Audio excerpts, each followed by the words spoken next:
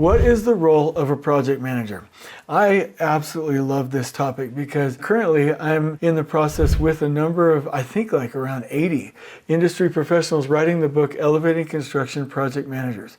And it's really neat. Let me tell you just an intro story that I think is cool. We were talking about chapters and how we wanted to write it, and we decided to align it with a really neat concept of how an orchestra would work, or a choir, right? Professional, of course, and likening the project manager to general manager for the orchestra. And it's a really neat analogy, and it really helps to make sure that we understand what the role of a project manager actually is. So I'm going to share that with you in this quick video right now, and invite you in about a year or so, because it'll take us a while, to eventually pick up Elevating Construction Project Managers. It's going to be a great book. We're going to try and get it out as fast as we can, but the role of project manager is so key. The PM cannot be cocky, cannot be arrogant, cannot dislike people, can't be just the up-and-coming a-holes never die kind of personality.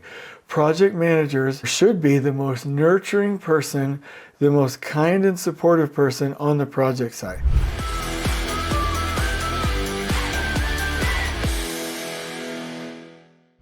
I've always said that a project manager, the main thing they need to be able to say is, what do you need? Owner, what do you need? Trades, what do you need? Superintendent, what do you need? Team, what do you need?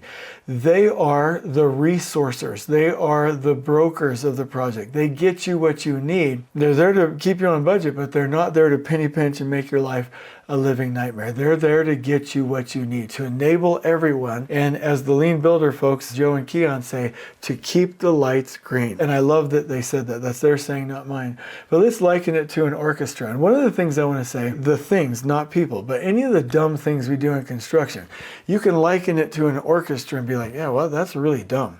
Really, like let's say that you're having a problem with one of your musicians in an orchestra, and we're just going to sue them right out of the gate. Well, why don't you have a conversation first? Or like, let's say a superintendent's like, I'm keeping all the information in my head. What if an orchestra conductor, the maestro, took the sheet music from all the musicians, and the chairs for that matter, and said, no, perform without it? And the musicians are like, well, what do you want me to play, right? Like anything that's dumb that we do in construction, and you liken it to an orchestra, really starts to become clear.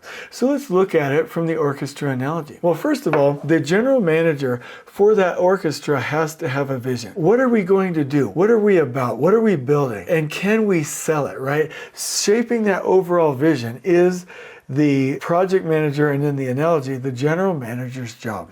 Second, if you're going to have an amazing orchestra, you got to have a great conductor. That's your superintendent, right? Keeping everybody on rhythm, providing the environment, everybody in sync. That's your superintendent. You can't have a great choir or orchestra if you don't have the right conductor. Leading, teaching, enabling, which also means you have to have the right musicians. So selecting the right trade partners.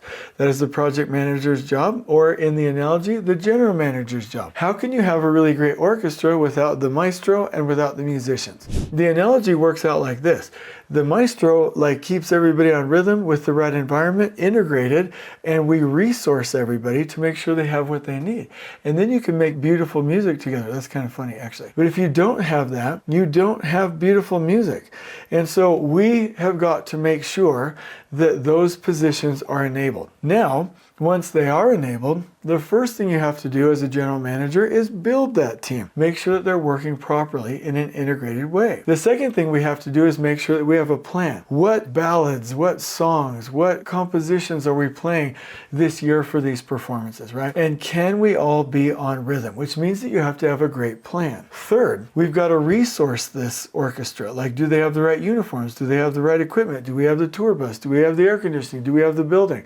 Do they have the information and materials to go do their job successfully? 4, do they have the right environment, the right culture? Do they have the right brand identity? And let's say 5, have you enabled everybody on that team to be successful with proper onboarding? It really comes down to, and this is as a PM, do you have the right vision? Do you have the right team? Do you have the right overall plan? Do you have the resources? Do you have the environment? And are you preparing and enabling other people to do their work? Because leadership isn't what we typically think about. Leadership is exactly this: clarity, training, and enabling and support for and towards that clarity.